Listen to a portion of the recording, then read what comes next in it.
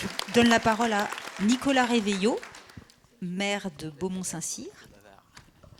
Donc, bonjour à toutes et tous. Donc moi j'interviens aussi en tant que vice-président d'Eau-de-Vienne. Donc j'ai ma double casquette d'élu local et puis d'élu au syndicat d'Eau-de-Vienne. Moi je vais vous apporter une vision qui va compléter ce qu'a dit Laurent, c'est la vision d'après. Donc moi j'ai le malheur d'avoir intégré la cellule de crise sécheresse d'Eau-de-Vienne hebdomadaire. Et donc en fin de compte nous on est en bout de course et on ne fait que subir.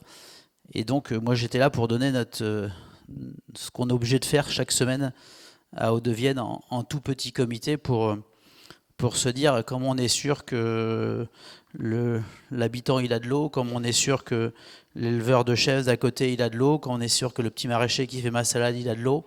Et notre quotidien, c'est qu'en fin de compte, on a passé depuis un an et on continue, parce qu'on est toujours en cellule de crise sécheresse, en fin de compte, on passe notre temps à s'interroger comment on fait pour ne pas couper l'eau. C'est la grande réalité. Et ô combien on ne fait que subir tous ceux qui sont au-dessus de nous. Et on voit ô combien c'est difficile. Et moi, je voulais donner cet éclairage local. Moi, je suis maire. Moi, ma priorité, c'est que mes habitants ils aient de l'eau. Et quels que soient les usages, bien évidemment, il faut qu'ils soient partagés. Mais quand je suis à Hauts-de-Vienne et puis qu'on me dit dans telle partie de la Vienne, il nous reste 15 jours de réserve d'eau, comment on fait ? C'est la réalité. On a passé l'été à se dire, et sur la Vienne, on a des secteurs en très haute tension.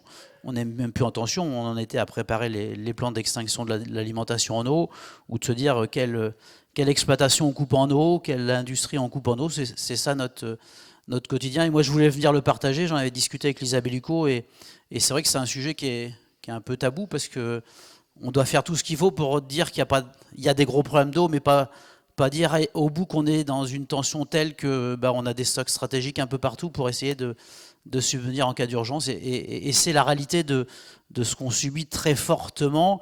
Et Laurent l'a bien dit, on le subit depuis 2021. Donc nous, on a toutes les semaines, à Hauts-de-Vienne, on a l'état de toutes les nappes phréatiques, de toute la Vienne et de tous nos niveaux d'eau.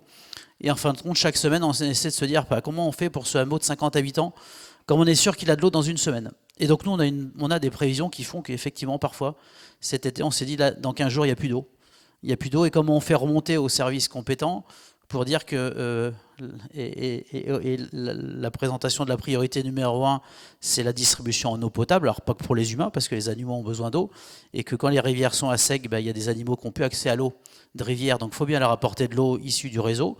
C'est aussi une réalité qu'il ne faut pas oublier en milieu rural. Et donc nous, chaque semaine, on est là pour rappeler en disant, nous, on n'a plus qu'1 jour d'eau. Et comme le dit Laurent, le problème, c'est qu'à un moment, on ne se pose même plus la question de la qualité d'eau. Le sujet, c'est on va distribuer coûte que coûte. C'est malheureux de vous le dire, mais c'est aussi une réalité. Parce qu'on est aussi là pour assurer la défense incendie. Et on sait qu'on a une partie du territoire de la Vienne qui n'est plus assurée en défense incendie avec l'eau du réseau, parce qu'il n'y a pas assez d'eau, il y a juste assez d'eau pour les habitants. Donc on fait des arbitrages, donc heureusement qu'on travaille intelligemment avec le SDIS pour dire dans tel territoire il n'y a pas assez d'eau pour l'incendie.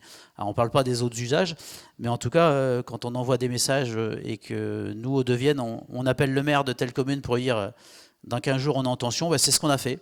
Et c'est vrai que c'est assez nouveau dans nos fonctionnements. Alors moi je fais partie de cette nouvelle génération d'élus qui préfèrent dire les choses plutôt qu'on les subisse. Et c'est très compliqué d'aller voir un collègue maire pour dire il n'y a plus d'eau. Il n'y a plus d'eau alors qu'il y a toujours eu de l'eau et que, oui, mais il pleuvra peut-être dans un mois, il pleuvra peut-être dans 15 jours. Non, notre réalité, c'est celle-là, c'est de se dire à la semaine près, il faut qu'on ait tous les usages.